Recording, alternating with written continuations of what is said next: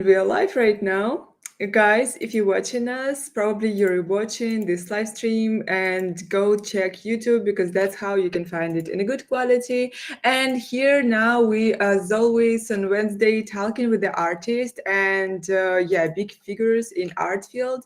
And today, this space stream, sorry, backed by Singular. This is a platform where you can trade, you can create your art, find new communities, and also you can collect points for all your on-chain activity. And soon Singular will be collaborating with Hyperliquid, so we're waiting for season 2 for this platform.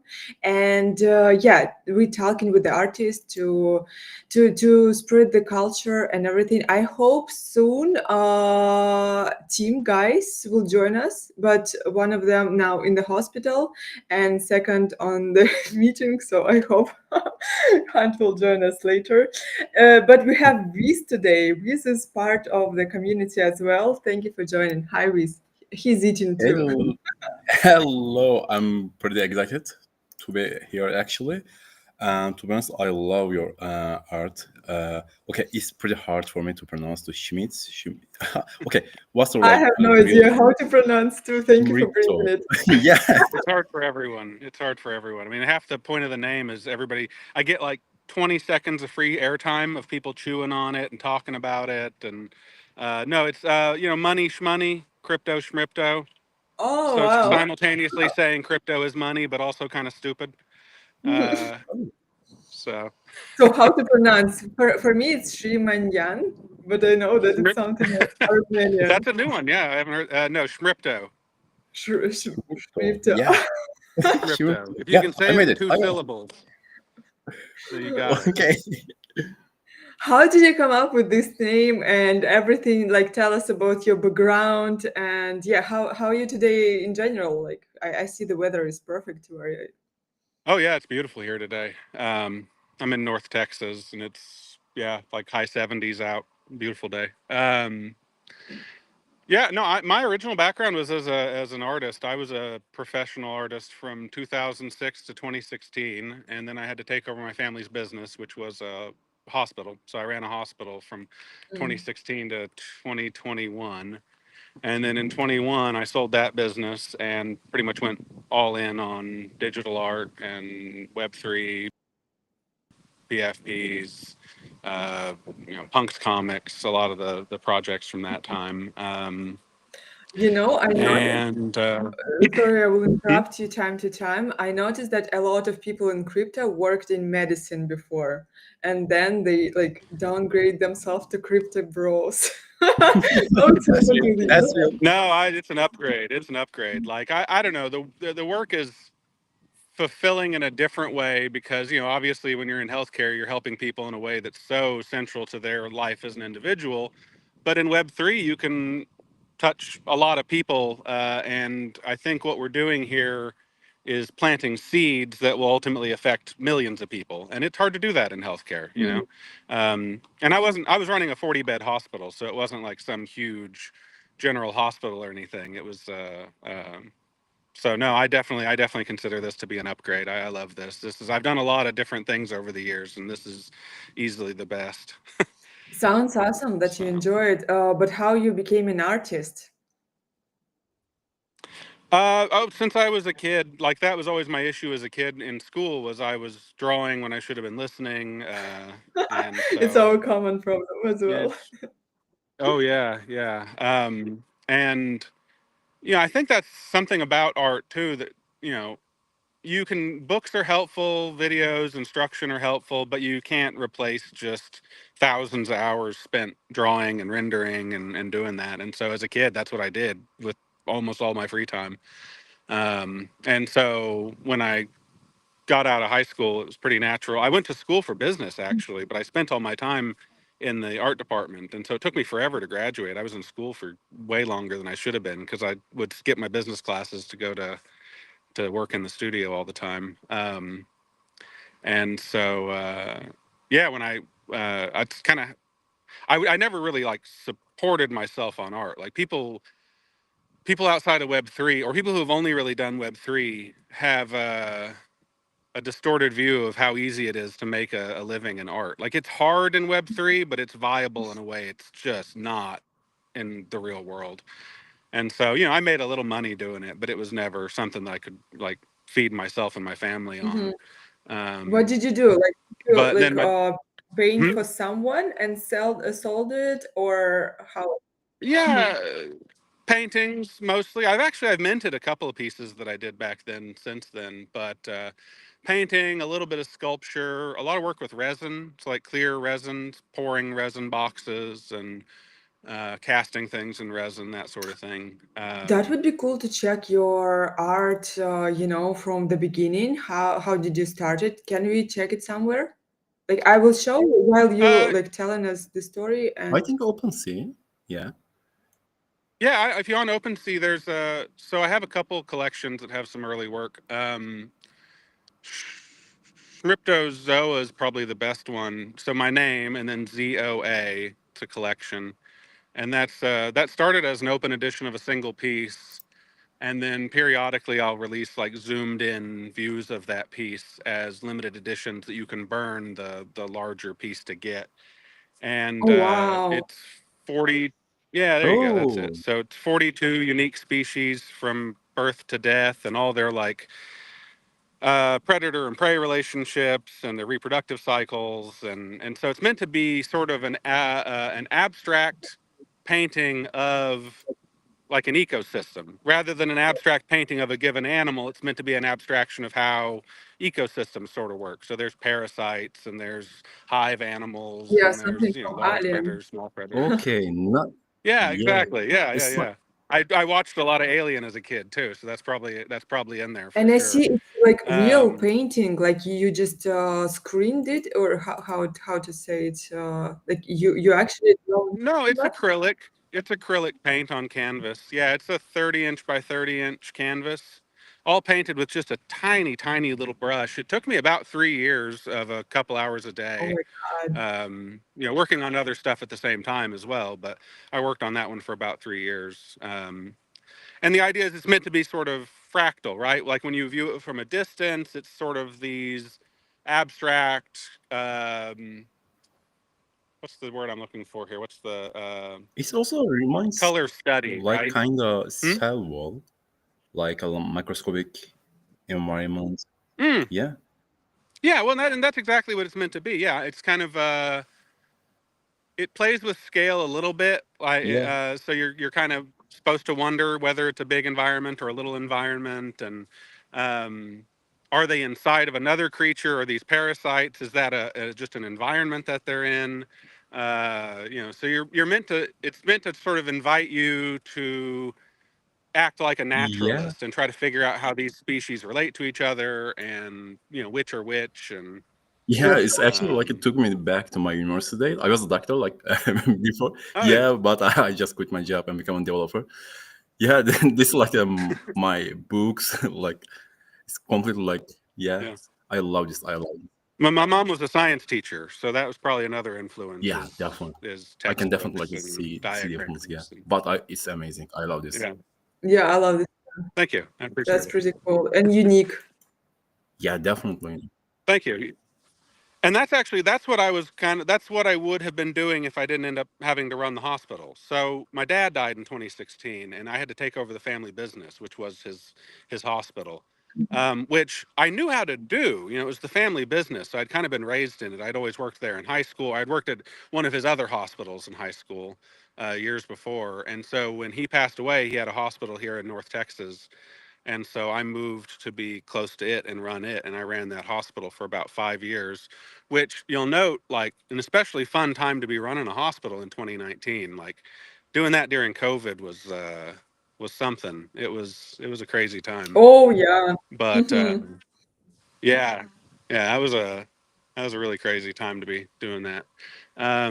But sold that in 21. And my original plan was to go into like industrial scale marijuana production, but we had a facility all picked out, and we were designing plans for this facility, and we got outbid on this facility by this guy that was his business. He had two 747s that he'd emptied out, and he would fly them back and forth to China and sell killed in Texas today beef in China and then fly it back full of consumer electronics. So his bid was insane and we couldn't match it. Tariffs hit a few months later, so I'm sure his business was just annihilated. But the punchline was I had a lot of free time, so I started dabbling in cryptocurrency. And in doing that, I started looking at forums and I saw people arguing about their punks comics. Like, oh, I minted 5 and I'm going to burn 3. Oh, I minted 4 and I'm going to burn all 4. And I was like, why are people minting these things just so they can burn them? And I needed to understand why they were doing that, which caused me to look up punks comics, which led me to reading a lot of like Beanie Maxie's posts. Like, I wouldn't be in Web3 if it weren't for Beanie bull posting about smart contracts and the future of collectibles, and which caused me to buy a bunch of or mint a few punks comics and then go crazy on the secondary like the day the mint closed. And then those did like a nearly 100x on a not cheap Oh my mint God. too. And so that kind of propelled me into a full-time career in Web3. Um, Built a pretty cool portfolio during 2021, but of course didn't take profits. And so just kind of rode it out until, and I had an interesting 23. I was really involved with checks. Mhm. Late 2021, I found 2 shipping containers full of what is one of the largest hoards of early generative art on Earth in Connecticut. That's my other like sideline. It's called the Mallory Archive. So it's an artist called Robert Mallory. And when his family died, they left his work in his studio for like 20 years. But then a few years before I showed up, they had stuck it all in 2 shipping containers in a shipping yard in Connecticut. And I got wind of that and went and hunted those down. And it's thousands and thousands of pieces of like perfectly preserved early generative art from the 70s and 80s. The first 3D prints ever made, like ever, were in there from the 1960s, like 3D prints from Wow. 1967 through 69. All the generative code, like if you stacked all the code up, it'd be taller than me. It's a huge amount of early code, which is fun because it was, pretty aggressively obsolete for decades, but suddenly we're working with these systems that have similar sort of restrictions that the computers back then had. So this code is suddenly really useful again. So we're hoping to get that all maybe inscribed. I think I don't do a lot of inscription, but I think that would be a good place to have all that code so people could do parent-child inscriptions, and it would just be, That's great. really Great. indelibly That's recorded. too smart Hmm. for me. So I hear maybe we'll ask Chris comment about that. Chris, what do you think? And yeah, because I don't understand this coding and everything. What do you think? Is it cool? It's definitely cool. It's definitely cool. What does it mean? Thank you. I mean, I think what he does, like the Mhm. bringing the art and like the like complete it with his personal background and experience from like the what he lived before is amazing. Like it's amazing. Thank you. Like even just like the getting influence from his mother, like because she's like a science teacher, and using Oh, I this got it. as an Yeah. art. Yeah, I mean I got that's everything, but not code, just this part. oh But I appreciate that you explained it everything. I love you, Miss. That's awesome. okay, my bad. But like sum up is pretty good and he's pretty cool. Like I'm just like checking his arts right now while we're Mhm. talking. Like everything is amazing. Like there's Yeah, another also collection. I think it's also pretty good. Like I think you can just go to his page on the OpenSea and we can just check all the other arts too because there are a yeah. lot of the contents. Yeah, this one. Thank you. It's pretty good. I'm like a person Oh who yeah. love Pokemons and Digimons. That's amazing. Yeah, I love this one too. So the way By that the way, collection came about was actually kind of funny. huh? So I had done Scriptozoa maybe a couple weeks before that, and it was during the middle of that kind of brief open edition craze in 2023, which I had a little bit of a hand in kicking off with checks and everything. And um, so when I'd minted Scriptozoa was an $8 mint that minted 18,500 editions. So it was kind of a shocking result. I had no idea it was going to do that really. Uh, and so we had a lot of attention as a result of that. And I dropped. So in the middle, it was like 3 a.m. in the middle of the night. I was playing with Dali, like old Dali, and I asked old Dali to make a Pokemon called Schmripto. That was the entire prompt. Was just make a Pokemon called. Schmipto, and it spit out that little toad called the Schmiptoad, the token number 1 in the collection. If you look, there's a little like red and white toad with really heavy line work. It spit that out on the first prompt, like just the bare bonesest of prompts possible. And I was like, this is hilarious. This is perfect. And it's kind of a Pepe, right? Like it's a little I toad. like this So one. It's so I cool. and I think it's probably because of the Ipto that it made the little Pepe shape. I don't know. But anyway, 3 a.m. and I just put it on Manifold as a 15-minute open edition, and like 2,000 minted at 3 a.m. No warning, 15-minute open edition. And so it was like, oh, people like these. These are cool. And so what Scriptamon ended up being is, I'm talking to a couple artists about doing some new ones, and we like now Schmaints hadn't got so crazy. Like my plan was to come back from Peru, drop a few Schmaints this way, put the rest into an AMM, and then spin Scriptamon back up. But Schmaints has kind of become front and center. But what it's artists contribute them. So an artist contributes the baby form and the evolutions, and then you mint the baby form as an $8 open edition. The artist keeps 100% of the money, and then you burn 2 or more, whatever the artist wants, of the baby form to evolve it, the middle form, and then 2 of those to evolve that to the top form. And so, like if you see there's a red and white, 2 red and white toads next to each other. So the one on the left is the Schmip toad. That was the start of the whole thing, and then the one to the right of that is what it evolved into. Those I'm trying to figure out what to do with. The you just clicked on, that artist ended up being kind of a hammer. So I'm thinking of like replacing the art on those, or doing a burn or something with those. Because No, actually, he ended up being burned. He disappeared. He's like out of the space now. So, but actually, what you're telling, like, pretty interesting because a lot of artists join in because of crypto and everything, but not many using this code function, with burning, with evolving your collection and everything. And I feel like before it was more popular, it was like everywhere.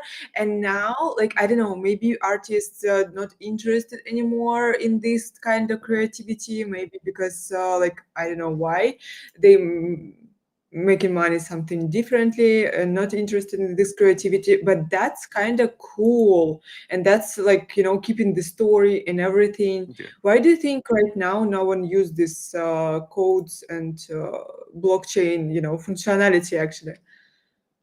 yeah, I hear from some artists that they just think they find it to be kind of gauche, crass. Like their attitude is, oh, I'm an artist. I'm not about these games, right? But it can be games. It can be silly, dumb, pointless games, but it can also be meaningful stuff. Like in the context of Schmiptamon, it's meant to kind of mirror the evolution and that we all kind of know from Pokemon and everything. And I think if done in a smart way, burning can be artistic as well. Checks being kind of a classic example of that. The whole art of checks is the burn mechanic. Uh, Yeah, I and like so I, checks. Yeah, they're the best. They're still one of my favorite projects. Well, and Agree. ironically, that we had Schmaints ready to go in 2023, but my business partner at the time talked me out of launching them then because we were working on the black check stuff at the time, and his concern was that the Schmaints were too like visceral and political and with the guns and the whole thing, that would be a very different crowd than the Czechs crowd, and that they wouldn't necessarily like the Schmaints. And so he talked me into delaying them at that time, which actually ended up being great because it was a hard time then to launch anything, and now our timing was fantastic in my opinion. Um, and now I have the blackjack aggregator done, and the front end is done, and everything's basically wired up. But Schmaints are now delaying that. So ironically, it's but yeah, Schmaints were ready to go in 23. Sorry, somebody's trying to call me. Yeah, you're Uh, Argentine. oh, did I lose you? No, we can hear you, but Hello? image is kind of lagging. Come on. We can hear Hmm. you. By the way, he talked about wheat plantations and everything, but for me, it's more LSD topic, you know? Like, it's so common, LSD especially topic. the I'm first dying. one. There. I would buy. Oh, no, no, One girl, second. I'm gonna have to leave and online. come back. I No, think. don't buy that. Ooh, ooh.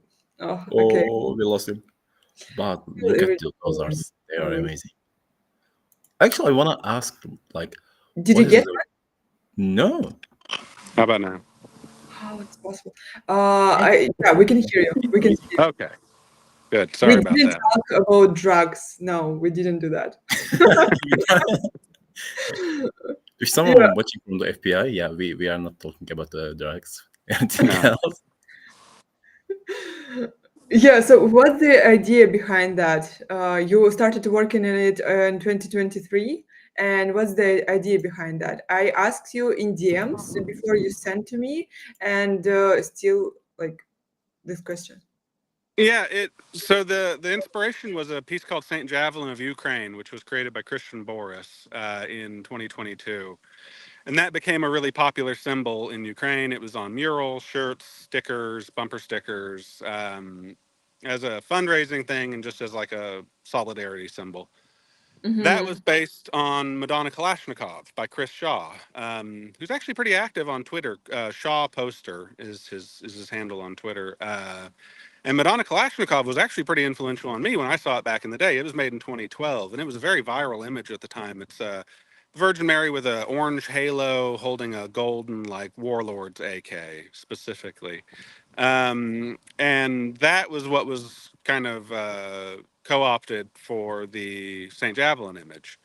And so the thinking with Schmaintz was kind of like, well, what does that image look like for other countries? Like, what does it look like if you iterate the Saint Javelin image for every country on Earth?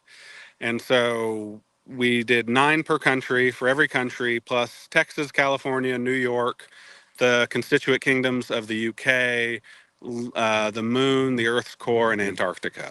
And so it ends up being 2006 countries, quote unquote. Um, which times 9 is 1,881 total is the current supply there. And we uh, we did 9 because the joke is kind of like any given country is as rare as alien punks, right? There's 9 alien crypto-punks. There's 9 American schmaints. There's 9 Chinese schmaints. There's 9 schmaints from Tuvalu. And so it's kind of a meta rarity too there in that, countries with 1 billion people have the same number of schmaints as countries with 30,000 people. And so if you know your geography, you can kind of see a rarity there that's not really obvious to other people. Mm-hmm. Um, and so, as far as the like general structure of the collection, that was the basic idea. And then as far as the traits go, my thinking is kind of that middle rares don't particularly matter, that most of what defines a collection is the floor pieces and the grails. And so there's some of what you might think of as middle rares in the collection, but most stuff is floors or one of ones. Mm-hmm. And so, for instance, every country has 8 guns. It's the same 8 guns for every country, because that's not really where the rarity is meant to come from necessarily, right? And I wanted every country to have the Javelin missile launcher, that's kind of the original iconic one, and every country to have the AK, and every country to have. I wanted them to all have. I didn't want any country to not have a given piece.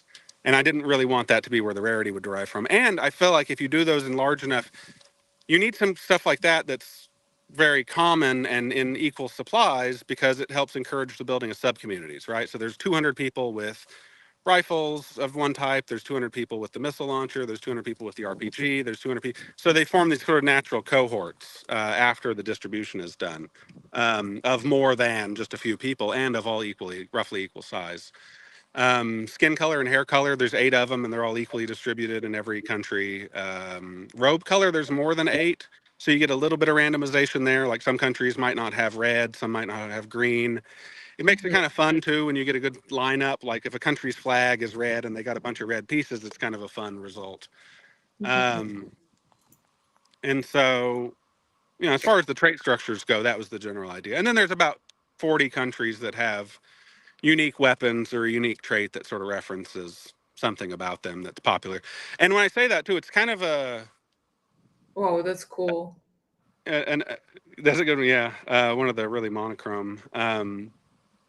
The whole collection too. It's kind of a American boy who grew up in the '90s perception of the world, right? Like it's a little autobiographical in the sense that the weapons that were chosen, some of the unique weapons that are chosen. In a further sense, it's autobiographical. If you see a city and you're like, well, that's not one of the 9 largest cities in that country, it's just somewhere that meant a lot to me. So, like Stamford Bridge is in England. I'm not referring to the stadium, I'm referring to the tiny village in York that I spent summers in growing up. So, there's some autobiographical inclusions as well. Mm-hmm. And yeah. But you said it's a good time to launch your collection, but you didn't sell your collection. You like send it to people. hmm What's the point of that? Like where the profit? I'm trying to understand. Like what is for you?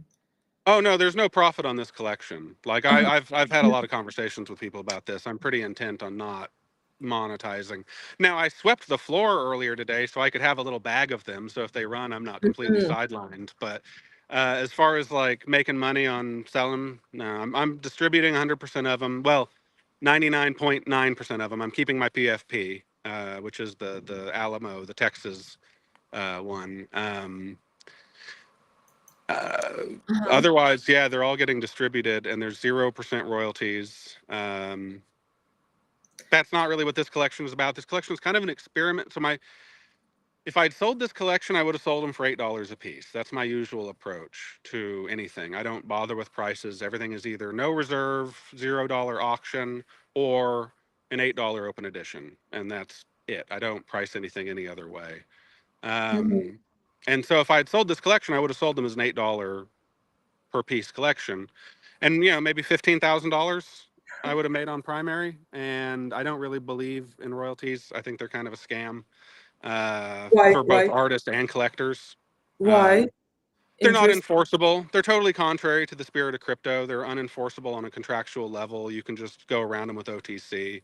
And so platforms and uh, uh, uh, kind of popularizers of Web3 scammed a bunch of artists into joining on the premise that they would get paid for the same piece for the Yeah. rest of their life, which is just bullshit. It's not how it works. It was never how it was going to work. And so they're bad for artists in the sense that they create false expectations and bad planning, basically. Why? And they're Wait. bad for collectors because they're a fucking scam. Like, that's not what royalties are. That's not even, it's a tax. They should call them what they are. It's a tax. Royalties are, I performed your thing in public and I made this much money and here's your cut. That's what a royalty is. That we have a thing that word already means something. And it's not, I sold something I paid you for and now you get to tax me on it forever. So they're just bad for everybody. A Now, lot of I might artists stick and them on the people next collection, that said, because why not, right? People are apparently into them. just we talk with why it's interesting for me to understand because we talk with Dutch Tide and you definitely know him. He launching hmm right now his new collection of banners and he said like completely opposite that Oh, uh everybody does. For the record, this is not a popular opinion I'm stating here. yeah, that's Everybody what I'm loves royalties. They interested. love them. Yeah, why Yeah, it's no, a, they're a scam though, but people love them. I get because the why they love them. platform taking percentage or because the artist became lazy with the royalties. Why exactly? Just my last question about that. Which part? Why, what? Why you think it's come? Just Oh, all what? the reasons I just said. They were never enforceable. They're contrary to the spirit of crypto. They can be end run by any OTC transaction. So even if you perfectly code your platform, even if you write them into your collection, they're not enforceable. They never will be. And so, Mhm. I think that platforms and popularizers of Web3 telling artists, hey, you can sell this piece and you'll make money on it forever was a scam. They were lying. It's not true. It was never going to be true. It was never enforceable and it was never going to be enforceable. And so it was a scam on that level. And it's a scam too, because it's just, again, they're called royalties. They're not royalties. They're taxes. There's the royalties is a very specific, like I performed your piece in public. Here's your cut of the money I made. That's a royalty. Mhm. Yeah, And that so makes. they're scammy. I don't like them.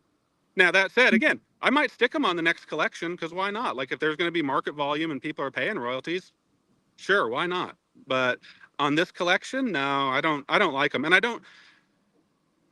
Part of the part of my approach to this collection is that I'm trying to be like quasi dogmatic about not monetizing it. Like if I monetize Schmaints, it'll be through the next collection, right? Mhm. Um, Mhm. like in Yeah. the way that they made a lot more money on mutants than they did on apes, right? And so if there's monetization that happens with Schmaints, it won't be ever through Schmaints. It'll be because I airdropped the Schmaints something and had a public sale as well, or something like that, right? Um, Yeah. but yeah, as far as this collection, so to answer the original question of why do it like this, I really firmly believe that distribution is the only thing that really matters, that everything else is kind of downstream of distribution. And it struck me that it's kind of silly to leave the most important thing to chance, right? Like you're just going to put everything in a big bucket and let everybody come grab out of the bucket. Um, that's not how you build a community. You build a Mhm. community by going, these are the people I want in the community. Mhm. Mhm. Um, and so that's really the point of the exercise is to see what happens when you hand distribute by pretty high criteria, especially as I go forward. As demand has increased, like the bar has gone up. And so there's people now that I would have given to in the beginning who I'm not contacting now necessarily because the demand has just gotten higher and higher and higher for these things. And so I can kind of look for people who have contributed more and more and more to Web3, right? I'm not necessarily looking for people who are going to, like a lot of people are like, oh, I'll diamond hand forever. I don't care. Sell it. Weth it. Mhm. I really don't care. I like Weth. Weth is magic. People should be more open to taking and placing Weth bids.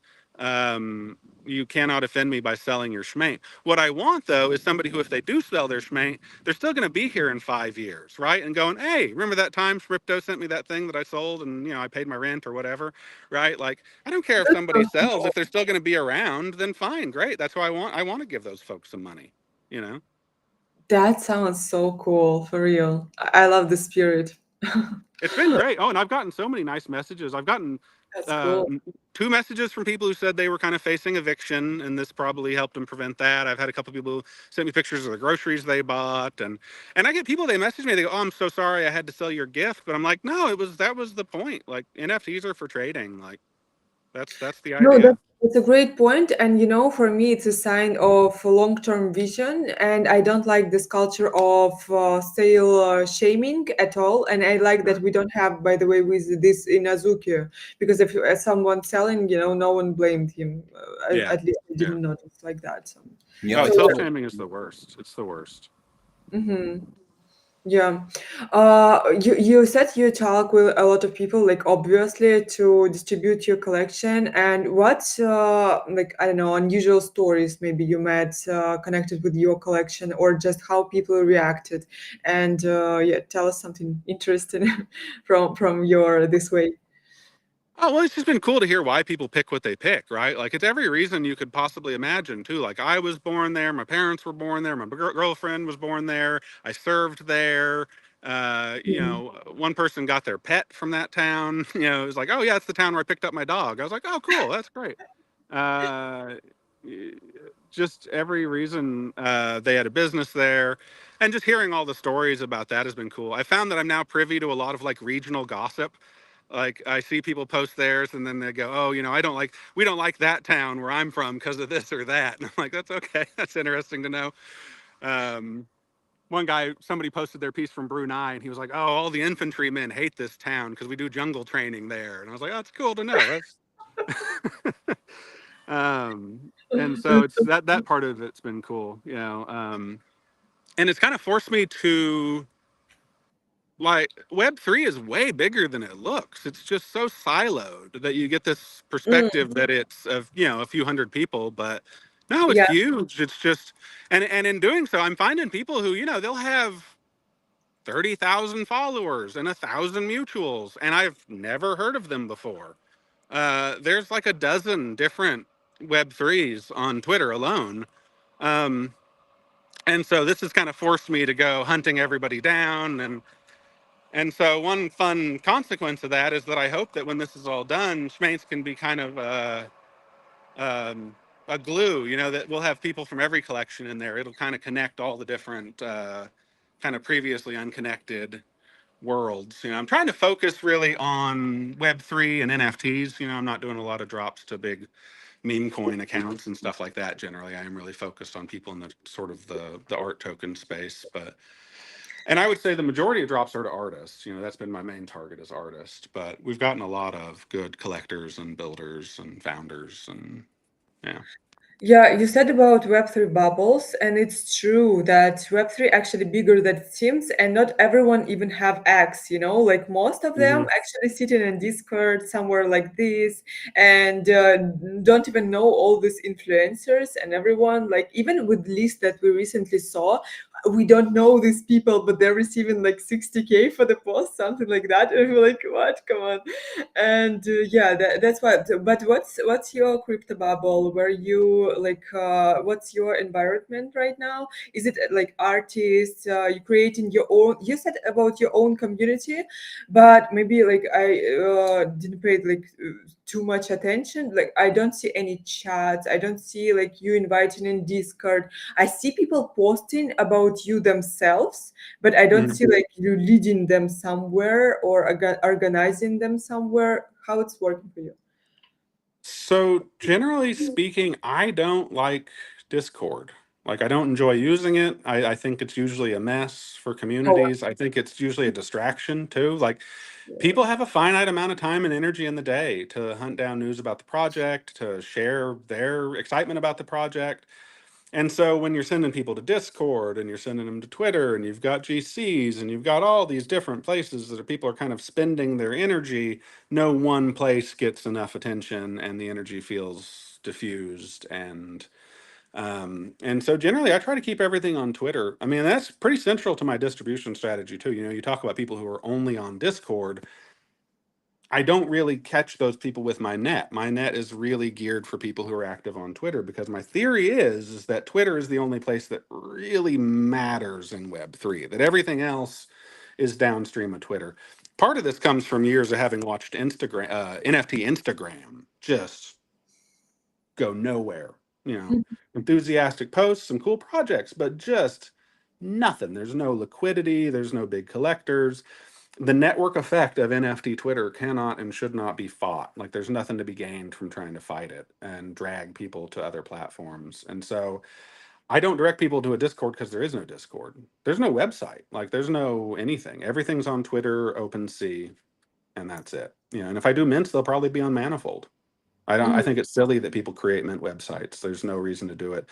It's harder for someone to trust your new mint website than it is for them to trust Manifold. Like just piggyback on Manifold's trust and mint on Manifold. I don't know why people do mint websites. Because they're lazy. A lot of founders actually lazy, and they're trying to, how to say it? Oh my god, I forgot the term. So they trying to like hire people. They're trying to hire agencies Yeah, and everything, and everyone who will do everything for them.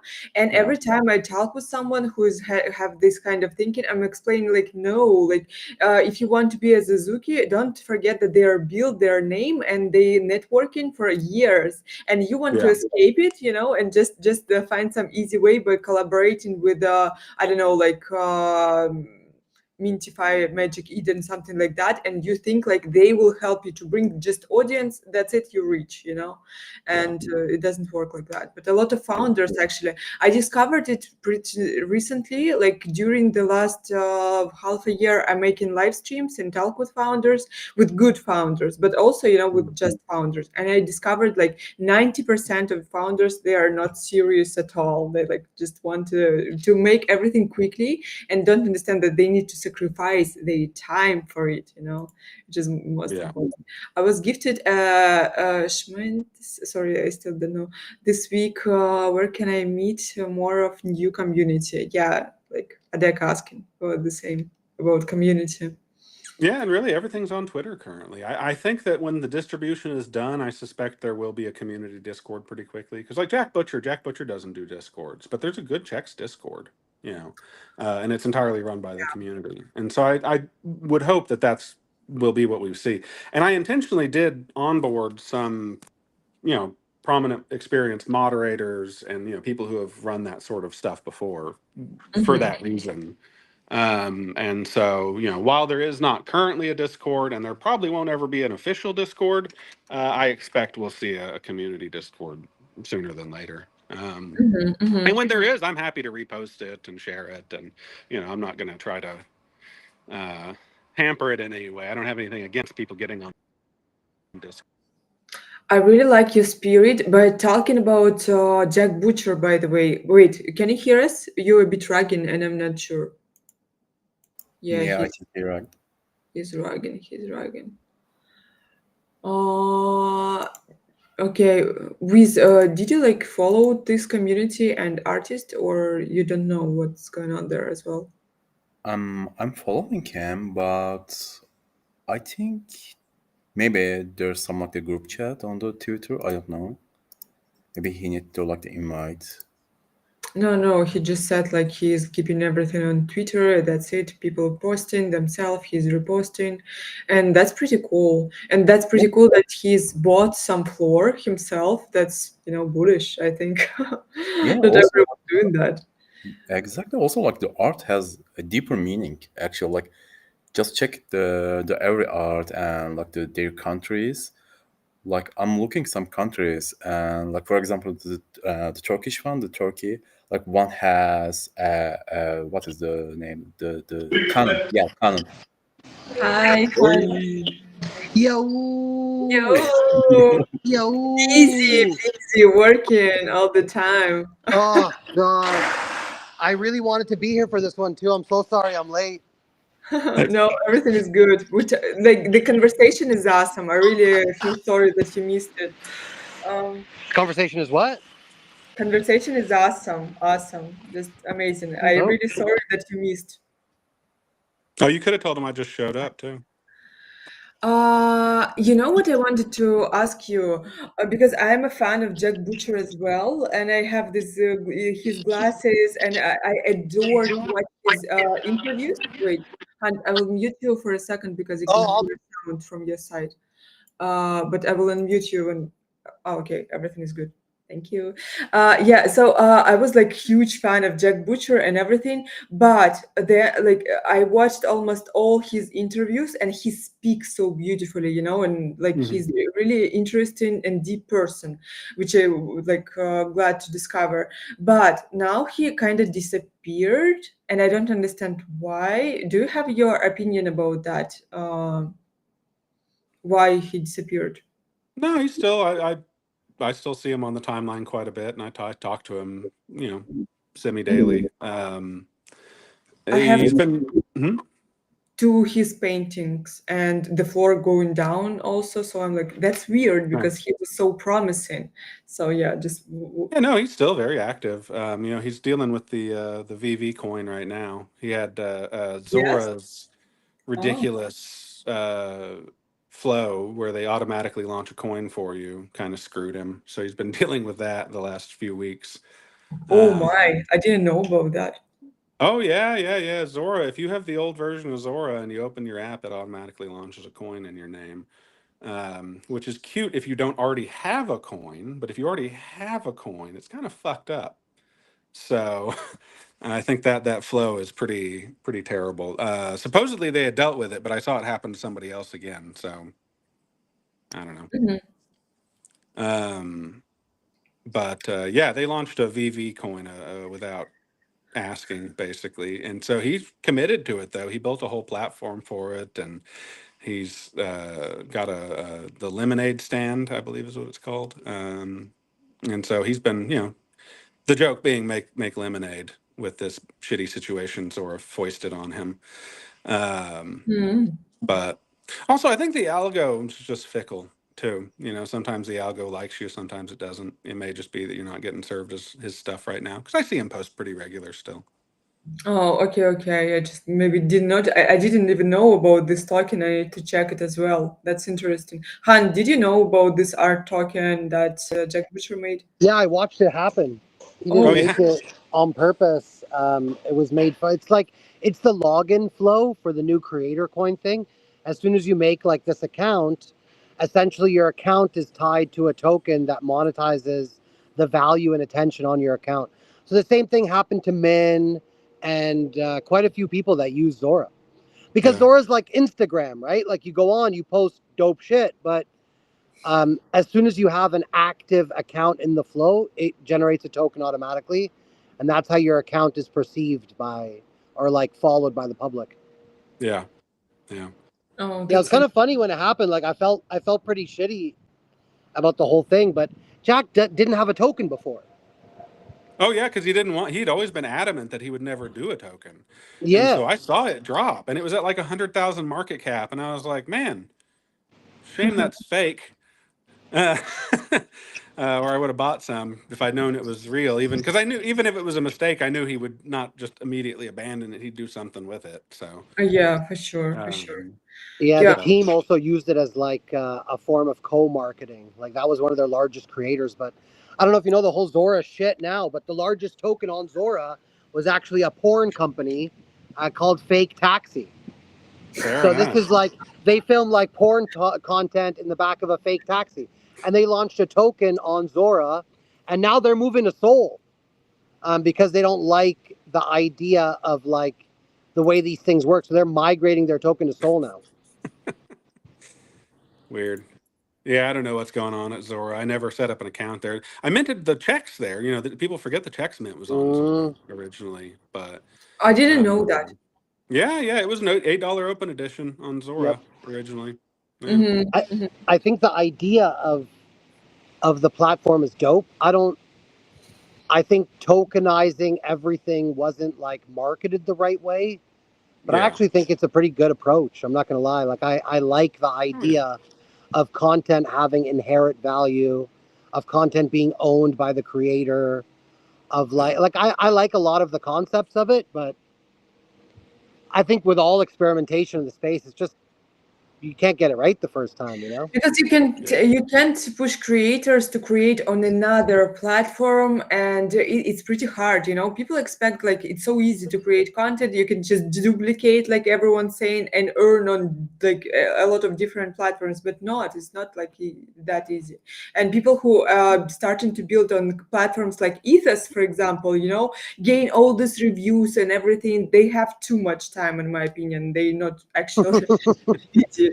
Okay, Yeah, a but lot let's of them are farmers, the not art. creators. Let's back to your art, and yeah, what's the future of the collection? You said you bought yourself the floor of your collection. What you planning to do with that? The collection in general or what I bought? I don't know. Tell us.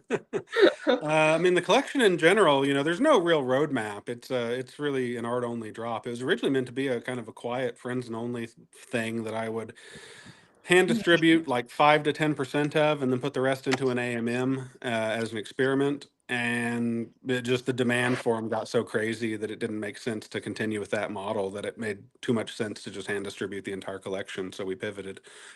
Um, but there is one announced planned airdrop. So at the end of the distribution, I'm going to airdrop everybody their flipped schmaint, because some idiot is going to make a flipped version of the collection and make money on it. It might as well be the collectors, right? So everybody will get a matched flipped version. So if you have the schmaint from Paris, you'll get the Saint from Sirap or whatever.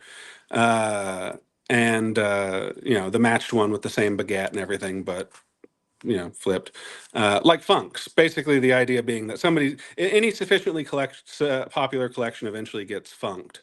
So we might as well do it ourselves and just distribute them to our holders. So that'll be the first airdrop, and then I've got something else planned for after that, but I don't want to get into the details of it too much yet. But it should be fun, and it'll be another airdrop. Maybe some hint.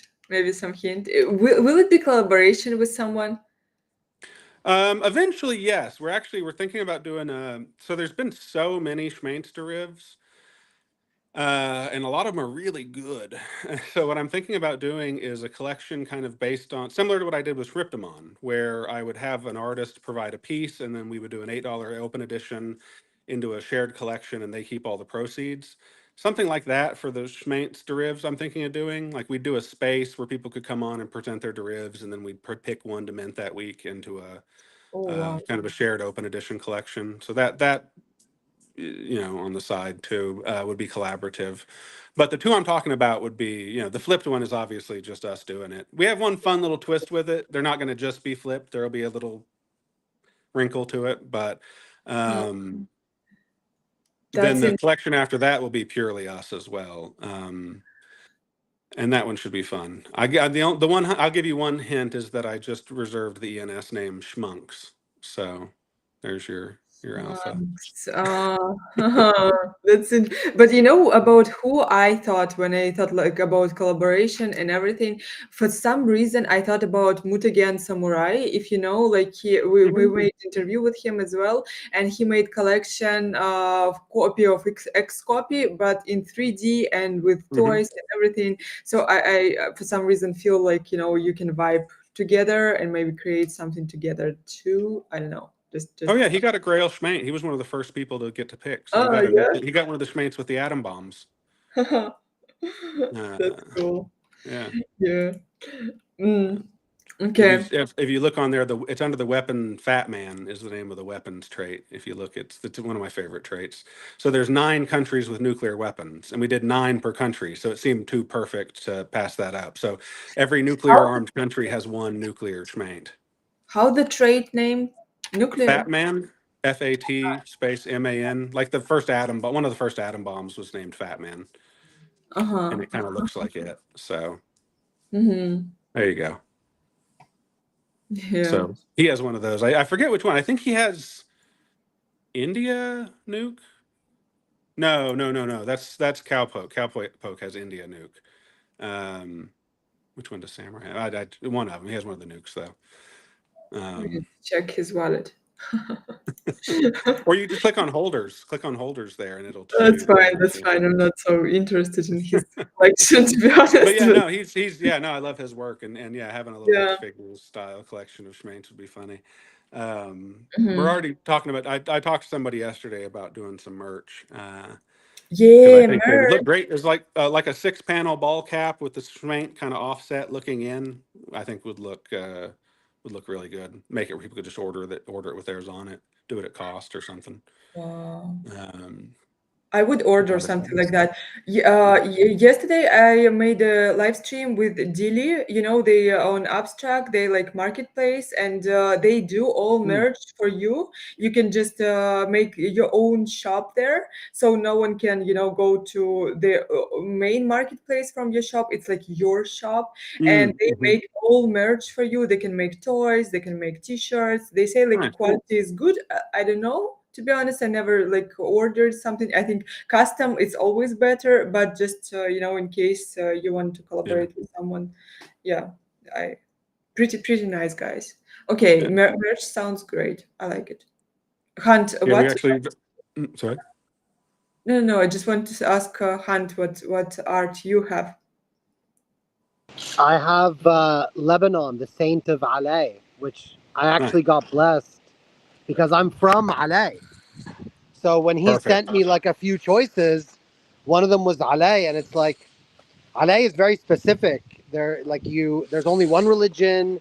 There's only historically they've been there forever, and that was really dope. I think I'm not gonna lie. That's So I great. have one of the Lebanon ones from Alay. I love that. I love when people get one they really connect it. Like I got one guy in Singapore got his neighborhood, because it's one city. Bro, I was talking about this with someone yesterday, and just how insane the supply demand relationship changes when things become this personalized. Hmm. And Hmm. normally an artist wants to make a piece that's broad, that resonates with Yeah. enough people that it'll get tons of attention, right? But this is like the complete opposite approach, and yet the chances of you finding someone that resonates with a piece is astronomically high because there's very few from Lebanon. So every Yeah. Lebanese guy in the space, if they want one, they want that one. And guess Yeah. what? If they get cheap enough, they want all of them. So it's Yeah. it's a really cool dynamic. One of the first NFTs I ever bought in 21 was a Lebanese flag with an ape and but it was like gorilla looking, not like bored ape looking, and it had an astronaut helmet on the head, and it was Mm-hmm. just the head, the astronaut helmet, and the flag. And it eventually got like delisted and shit, and I could only see it when I went to Looks Rare, and like it was some shit, right? But it was just Yeah, meaningful to me, you know. It was $20 or something, but like I just loved it. So yeah, I saw this and it brought back like a lot of fucking memories. Dope that's piece to great. have. I also love the idea of the merch because I feel like once you can put your piece on it, it Hmm. just feels even better, you know? Oh, and they'd look great on the back of a bomber jacket, or like I think there's a lot of cool stuff we could do with them. Like they'd scale good, they're SVGs, so you can make them huge. I Like know. I have a problem saving it to tweet it because it's an SVG. So I had to like convert the Ah, file and yeah, yeah, yeah. I I made the want I to just do a screenshotted it. I screenshot. just yeah, that's exactly what I did. But I'm like, it takes away from like the quality of it, you know? Fuck. I want to do a front end that's just like, you put in the name, you put in the address, you put in your number, and it takes you to, PNG, JPEG, Uh, be able to change the colors of the Oh, dope. background. I tried to get it from the Um, metadata. I thought I could get it from like the metadata, so I pulled the mm, SVG from there. That made the saving a little easier, but yeah. yeah, it was fucking Yeah, I had dope. to There's convert. just so much. They're I such a pain to work with. SVGs are weird to Mm, work with, but we wanted to make that the like primary thing because you can go from SVG to JPEG, but you really can't go the other direction, right? So if we provide the SVG, we're providing everything, whereas if we provide the JPEG, it's so we wanted that to be the kind of primary document, as it were. And we only did that. A lot of people do SVGs like on-chain monkeys. On-chain monkeys are mm. SVGs because you can make them itty bitty and make them fully on-chain. That is not this. These are huge files. They're SVGs so that people could make them like the size of mountains in the metaverse without losing resolution. I wanted them to be like really ideal metaverse graffiti. Like that was really the idea with making them SVGs. Hmm. Yeah, it looks dope to be projected too. That's one of my favorite things about the Yeah. SVG art. Yeah. Projecting it on a building is just so Hmm. wild, you know? Yeah. Yeah. And that's why I did it that way. Exactly. Recently I wrote a comment to Sergita Post, who is from Mibits. Like I see their Mibits as a statue somewhere in the park. And I think we, like artists from Web3, can create something like that, to IRL words. So definitely, like something like that would be cool. Yeah, Yeah. super supporting that. Also about merch, you need more Azuki community. We all just crazy about all this merch and everything. I now in Azuki t-shirt, but I wore it Nice. another side, and I really like how it looked like. Look, it's written Azuki. It looked cool, but it's actually other side.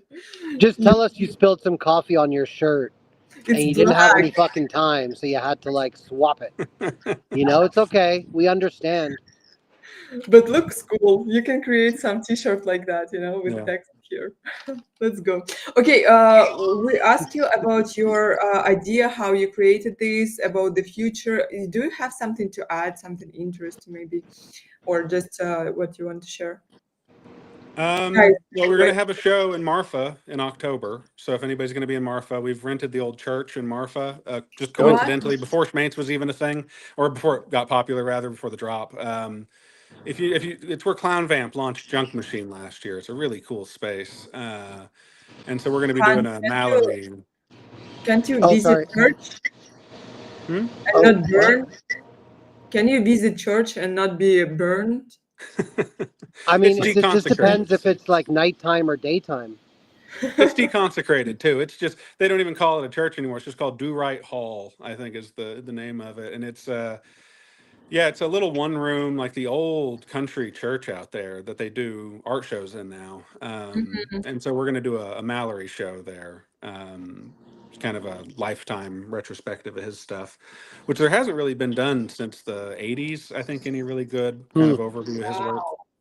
We have a bunch of stuff that's never been seen before that was in the shipping containers. We've got a bunch of generative art that we've never shared that we're going to show. So, um, and that's actually the first time we're going to be selling the physicals in America. We've sold them. We had shows in Tokyo, Paris, and Berlin, but this will be the first time we're selling anything, any Mallory physicals in the U.S. So if anybody wants some long form generative art from the 70s and 80s, come and get it.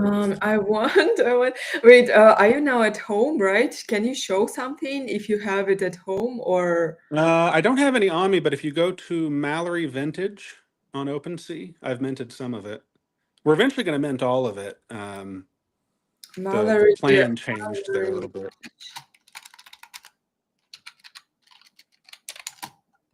Okay, I'm searching. Yeah, it should come up on OpenSea. Your content on Twitter is like a sight to behold. I don't know if you have like an intern or if it's No, all you, but you're dope. Your memes are hilarious. Your thank copy's you. on point. You catch jokes. Like, yeah, I think your content on Twitter is one of my favorite parts of being like in the community. I'm not gonna lie. I really appreciate it. Yeah, no, I don't have an intern. I've thought about it, and I don't want to. I almost don't want to get an intern just because they'd probably fuck it up. um, You Yeah, do not get an intern. Yeah, fuck yeah. yeah, Maybe yeah, train your own like LLM or something, but that's about it. yeah, yeah. And it's AI art, man. It's magic. Like my ability to make content that like it would take a 10-person team to make all this content just a few years ago. mhm. And that's really the thing to me is like what I love about AI art that people I think get twisted sometimes is it's AI art is going to replace it's not going to replace so many artists as it's going to create art that would not have otherwise existed. Because I wouldn't have hired a bunch of artists to make a bunch of dumb schmanks memes, but if AI art can do it for me quick and easy, I'm going to do it. So it's like I think the bulk of AI art just wouldn't have existed otherwise. It's not replacing art that would have otherwise happened, right? There's a line that I'm coming to understand about AI, um, and the art of creation with AI, and I feel like making AI art that looks good is the real challenge because like I Yeah. can hop in and like create a piece and tweet it, but it's not the same. The artist is like at the end of the day, I bet more than half of your pieces you've edited somehow anyway after the AI. So it's No, like I post them straight. really. So Yeah, are yeah, yeah. you a prompt wizard or how do you get it It's so all just right? Chat GPT. Dude, like Dude, Hans, that's interesting because I went from hating AI art to absolutely love it and like seeing the point of AI art, and now I kind of back to hating again because I understood like a lot of artists like so lazy right now with their art. They Mm, created yeah, something, and it's not good AI art. Yeah, that's the problem. yeah, yeah, yeah, and I don't see any idea of working again back to code, something yeah, developing all the art, something, more. They just making a picture and like right now it's not hard with AI. Like it's easily like yeah, prompt. It's the same kind of convo we used to have, like back in the early days of this show, right? Mhm. You saw the frustration around digital art versus natural brush strokes. And you see people like back in the day tracing art was like, like anybody can trace art, right? And yeah, now it's like people sit there and they make an outline, then they put a layer on top and they fucking trace the outline and yeah, perfect it, right? So it's like, I think innovative tools define the process of creating art, but they don't define art. You yeah, know, that's why like some AI art just looks like bullshit, even if it doesn't have six fingers. And then some art is like, God damn, like this is fucking glorious. And the prompter is the artist, you know? yeah, yeah. Yeah, Well, I'm and I think surprised there's, because I see like the dopest pieces I see were made in AI or the background was made in AI, and then they were taken to Photoshop and they were made mhm, real. Wording was put in because they still can't spell right, right? Like little After Effects, hues, like everything was changed and like made a little more organic and natural. yeah. But that only took an hour versus 100 hours to make an original piece. Oh yeah, yeah. And I kind of skipped the middle stage. Like I was a traditional painter with brushes, oil paint, acrylic paint, straight to AI. So I kind of Mm. skipped the digital art middle phase. And when I was in school and I would be in the art gallery all day or in the art studio painting all day, my school was a computer science and ATech school. So they taught computer modeling and digital art and all that, but I didn't do that. I did the traditional, there wasn't even a program for the traditional stuff. I just kind of did it. And the digital artists would come and kind of make fun of me. They'd be like, hey man, like I finished 50 paintings while you've been working on this one. What the fuck are you doing? And I'd be like, yeah, well, joke's on you. I can sell my work and you can't. Well, joke's on me now. You can tokenize digital art and sell it. So like it's come full circle there. But I distinctly remember, I remember having so many conversations with digital artists where they would be like, no, the amount of time it takes to create the art doesn't matter. You're dumb. Like you're doing it the slow way. You should do it the fast way because it doesn't matter how long it takes. And now those same digital artists are going, ugh, AI art is stupid because it's too easy. I'm like, no, no, you don't get to now flip that around. I And it's thought just about turnabout is fair play. You know, it was going to happen to him eventually. It happens to Yep. us all eventually. I thought about this today, you know. I like back to listen to Radiohead, and I was listening it, and you know, I miss this feeling when you like for the first time when you hear Radiohead, you like stuck with them for whole your life because you know they are so relate to you, to your mood, to everything. Like it's so good to hear, to listen them. Music is perfect, like meaning is super deep and awesome. And I understood like I didn't have this in my life for a long time, you know, in case of art, you know. So I would stuck with this artist for like eternity, you know. And some and music too, but especially art. I feel like we need something with what we would like to stuck. And that's back to your point that you said at the start of the space. You want people, even if they sell your art, they stuck with you like for a long time. That's cool. Yeah. Yeah. Yeah. Yeah. And that's one thing I think too, that like any practice can be good if you stick with it long enough, right? Like, I hate to quote Stalin, but quantity is a quality all its own. Like it's a real thing that like if you put enough images together, this emergent thing happens where it becomes a practice. And so I think a lot of artists, they just need to pick a thing and stick with it to some degree. And I say that as somebody who bounces all over the place too, but like um it's just so hard, like a consistent workman-like mediocre artist will usually be more successful than a super talented mercurial hothead, right? And that it's just kind of contrary to what we kind of are taught about artists, but the ability to just create and create and create and create. And again, like you can't learn certain things except through creating. Like you can't really learn to draw except by just drawing a lot. And it's kind of the same with AI art, that just creating. Well, like you know, like I said about not editing the outputs. Like I used to edit my outputs a lot, and I think just over time I've kind of gotten the hang of getting what I want out of the machine directly. And it's both ways. The machines have gotten better too. Like my old when I used to mint DALL-E stuff, because I minted some DALL-E stuff back in the day as well, Mm. and I had to edit it afterwards. Like there was always something that needed to be fixed, right? But now I find that well, and I want to be clear too. I'm not generally like posting the first one. It's usually like the third or the fourth. I will say if you're using Chat GPT and you're trying to like iterate an image, tweak the wording a little every time because I'm highly suspicious that if you put the same wording in every time, they kind of like give you less processing as you go. Because usually if you do the same wording over and over, the first one will be the best one, and then the subsequent ones will be noticeably worse. So you kind of tweak your prompts as you iterate, and you can get good results usually pretty quickly. Yeah, that's facts. Wait, I'm trying to find this Mallory vintage. Tell me if I Mallary. It's a really weird spelling of Mallory. MLALA. Mallary, not ORY. It's a really weird Oh, spelling. okay, There I you found it. go. I found it. I found it. Okay, okay. Uh-huh. So this is a little bit of everything. So like at the top row there, that on the top left, that's a Don Quixote sketch that he did in Mexico City in the 50s. We've got drawings from when he was 8 years old. We've got generative work from the late 60s through the early 80s in that collection. So that's a pretty good overview of kind of what we're dealing with when we deal with Bob and his work. In total, there's at least Cool. 14,000 pieces of art, notes, code, sketches, books, sculptures. It was two shipping containers, like two good-sized shipping containers, completely full. Um, I the love it. centerpiece from the 1960, the New York Pavilion, the 1964 World's Fair was in there, which is a monumental piece, huge. It took up one of the shipping containers.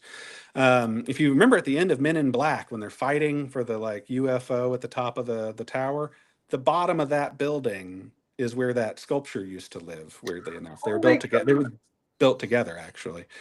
Um, I love it so much. My favorite book is Atlas Shrugged. Don't know how to pronounce mhm, it, but Ayn Rand, and she wrote about group of people, very talented entrepreneurs that fighting with communism back then. It was written in 60s as well. So they tried, like a government hunting on them, and they tried to build a road. And a road that is mhm, a sign of progress and collaboration and everything. So they found in an old, I forget how to say. They found old papers with the eternal engine. I don't know how to say this, and like I don't know pieces like that. It remind me about this book, and also I think about white paper of Bitcoin. That someday it will be the same old stuff like we're watching mhm, here. mhm. So I don't Yeah. know, it make me like really having goosebumps. I like to see something like that, old code and everything. I think it's super dope. Yeah, super Yeah, he enjoy. was so prolific too. Never touched a computer until he was 50 years old. And then from the age of 50 to the age of 80, he produced almost exclusively digital work. And the entire time told that he was an idiot and wrong and that he did destroy his career. He was one of the most famous artists in the world in the 1950s. He was one of the 16 Americans, which was a show in New York in the early 60s, late 50s, early 60s. I forget the date of 16 Americans, but basically the other 15 people in that show are all household names. He's like the only one that's not hugely famous still. And it's because he was poisoned. So the piece that I have, the piece from the New York Pavilion, um, it's a huge piece where he was dipping full-size tuxedos in industrial resin and then posing them. And we have pictures of him up to his elbow in resin, a 55-gallon drum of resin, no mask. And so he almost died, like was hospitalized. They brought his kids in to say their last goodbyes. And then he just miraculously pulled through. But the punchline was he couldn't live in New York anymore because of the soupy air in the 60s. He couldn't work in resin anymore or it would just drop him dead. And it upset his long-term relationships with Lane de Kooning. He had an affair with Willem de Kooning's wife of many years, and so he had to leave New York. He couldn't work in the medium that made him famous, and he kind of pissed off the most famous woman in art in the world at that time, all at the same time. And so his career went from 100 to just zero overnight. Um, and that's how it all ended up in the shipping containers. So the entire time he's making digital, he's doing it because he can't work in resin anymore. He'd been poisoned, so he needed something that couldn't poison him. And so he was terrified of physical materials because he'd been told those resins were safe. And as a result of his poisoning, because again, he was very famous at the time, as a result of his poisoning, there'd been all these investigations and they'd found other poisonous art supplies. So it made him really paranoid about working with physical materials anymore. So he was ecstatic to find digital art because it couldn't poison him. And so he worked in this medium that everybody considered to be a joke for 30 years that he had to work in or he thought he would die. And he did it with everybody telling him he was an idiot and wrong and that it would never go anywhere. And so just his stubbornness to be like, no, this is real and important and something. And he wrote the first article ever published in a major journal about AI art. It's the Wow. Computer Sculpture is what it's called. It's an art forum. It's on Google. It's an excellent article too. It provides this framework called the 6 levels of cybernetics for defining cybernetic artists. So level one being I'm the artist and I'm using Photoshop. That's like a level one cybernetic artist. Level five would be like Boto. Boto's a level five. Pretty autonomous, still some human control. Level six is you can no longer censor or kill the machine, which is a really cool thing to think about because I think personally, having really spent a lot of time thinking about this theory now, I think the first level 6 AI, which I don't think exists yet, but the first level 6 AI will really change our relationship as a species with AI, because the fact that you can shut them up and you can kill them at will with no consequences makes them not human. It makes means they will never be human, because you have become accustomed to the fact that you cannot censor or kill other humans, but you can do that to an AI, so it dehumanizes them. So in his time, it wasn't even theoretically possible. He was just spitballing. But now we have blockchain, so you could make a blockchain authenticated AI that would be uncensorable and unkillable. So it's now possible to create a level 6 cybernetic system. Botto is kind of flirting with it in some ways, but I don't think they ever really want to fully go down that road. But I think whoever does it first is really going to like fundamentally change our relationship with AI, because when you can have to interact with them on a level of being an equal, where you can't shut them up or just kill them if they say something you don't like, that's very humanizing versus what we're dealing with now, right? So very Mm. interesting theoretician when it came to AI art and all that as well. Yeah, that's the article there you have. It's a wonderful article if anybody's interested in I will read it. cybernetic art. Oh, it's Yeah. fantastic. Yeah, yeah. That's great. Amazing conversation and amazing, that you share all your knowledges. I really love this conversation. And I don't Me know, too. my statistic on my page this fact today, like we have only 80 viewers, which is crazy. I don't know, that's wild. And this is the one of the most valuable, conversation that we have here. And this is Wonderful. awesome. So what I wanted to ask you is, you haven't such a background, for an examples, people who like, try to change something, or like were at the start of how world become what we see right now with the digitalized, everything digitalized and everything.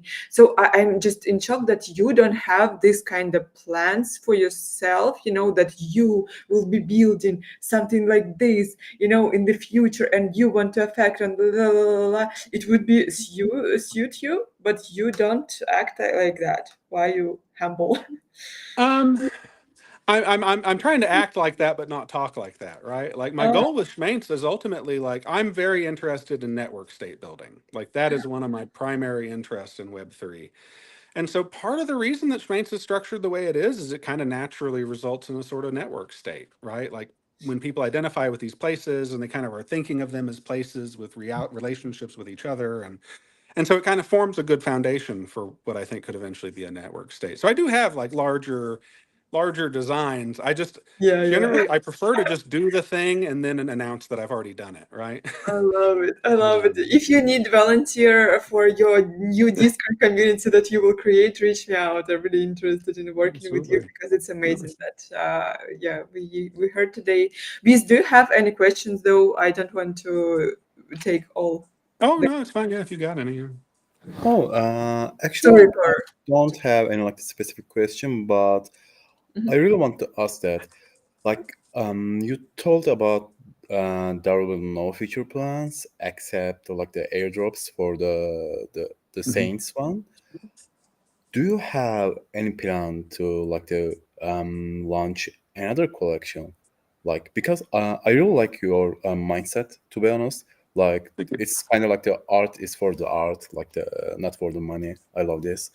I think it's pretty dope, like what you do. Also, like the experimenting and loving the tech Mhm. side, especially like the burning mechanism. I love that too. Yeah, Like, do you thank have you. any plan to like to make something unique with another mechanism? Um, well, as far as burn mechanics go, I've been pretty public. I don't ever want to do a burn mechanic for the Schmaints specifically. Like I love burn mechanics. I think they're fascinating. But I think in the context of the Schmaints, they're a bad vibe because you're burning somebody's hometown, right? And so when somebody then later on goes to look at the collection and they're like, "Oh, cool, I'm going to find my hometown in this oh, it's been burned." Shit, right? Like it creates a lot of opportunities for bad vibes if there's burns in the Schmaints. So my intention is to never do any burns with them. If I do anything with the Schmaints, it'll be airdrops, right? Like I don't even really like claims and stuff like that particularly. I like airdrops more generally. I think they're a cleaner mechanic. Um, but yeah, we do actually. It's funny.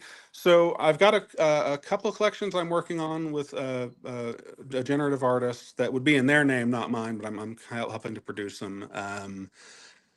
We've got another collection planned coming down the pipeline for the Schmaints that we're kind of early on, but is we're working on it.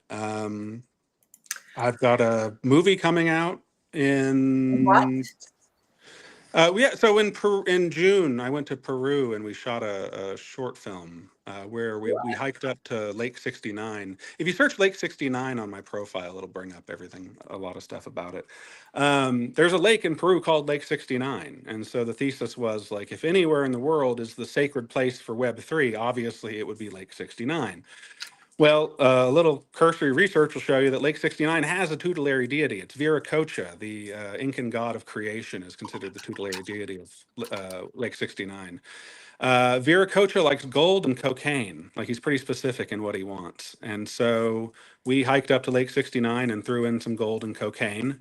And then the market immediately just exploded. So I guess the theory was right. ETH was at $2,200 when we threw it in, and just went straight to 4,500. And punk sweeps and sentiment shifted, and it's like the chart doesn't even look real. The ETH chart is like like, and it's right when I threw the gold in, like the moment I threw the gold in. So that's my story, and I'm sticking with it. Is that we fixed it. Viracocha was cursing Web3 because we hadn't gone to Lake 69.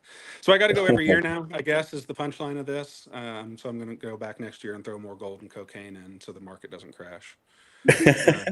That's dope. That's dope. I That's love this. dope. That's dope. I really love it. What the price of these IRL items that you will selling on your event? We'll probably have some low price stuff that's derivative, but the actual originals, when we're selling them in Paris and Germany this year, prices range from about $7,000 a piece up to about 12 for the originals. Oh, And okay. I thought something yeah. for $70, but okay. Oh, we'll have merch and stuff for low, but yeah, no, these are the stuff that we recovered from the Mallory archive is Yeah, of kind of up course. there as far as early generative art goes. And when we Mm. first found it, there really wasn't a market, and so that's what we've been doing for the last 4 years, is trying to build a market for him and establish prices and do sales through major galleries and do the sort of stuff that establishes that baseline in a way that people take seriously. And I think we've really finally done that this year. We've had a lot of sales in galleries now in Europe, and we did a show in Tokyo. And so, yeah, I think we're finally kind of getting there. So I'm excited for the sale in Marfa this time, because this will really be our first Mallory show that I'm running on my turf, as it were, and we're selling work. And so it's our first really kind of full-fledged Mallory gallery show. So I'm excited about that. And we'll have some merch and some lower price stuff too. But That's yeah. super dope. I would like to have some merch with it. I really love it so much. So yeah, I hope to Okay. be updated about that, and yeah, to have something for myself. Thank you so much for this conversation. It was really, really great. I like super happy to know you better and what you're building. The only thing I will ask, do you want me to add you into singular chat? We are like just degenerating them, doing nothing, and basically just a way to keep in touch with you. But if no, Sure. like Yeah. everything is good. Yeah, you can leave after, no pressure at all. We just Happy to. group Yeah. of friends. Yeah, and we hope we building something big as well. So we will be happy to collaborate with you in the future and everything. But waiting for updates from the team. And yeah, that was amazing convo. Wonderful. Yeah, absolutely. I enjoyed it. Thanks so much for having me on. With any words or like? No, that's definitely like the amazing conversation. I really like this. That was super enjoyable. Okay, so good luck to you. If so, we're here to, support you, help you, or just assist to you. Like, I will be happy. And yeah, guys, thank you everyone for watching us. Yeah, once again, we're live on Abstract on YouTube and on X. On YouTube, you can find this video in a good quality. And that's it. Have a great evening.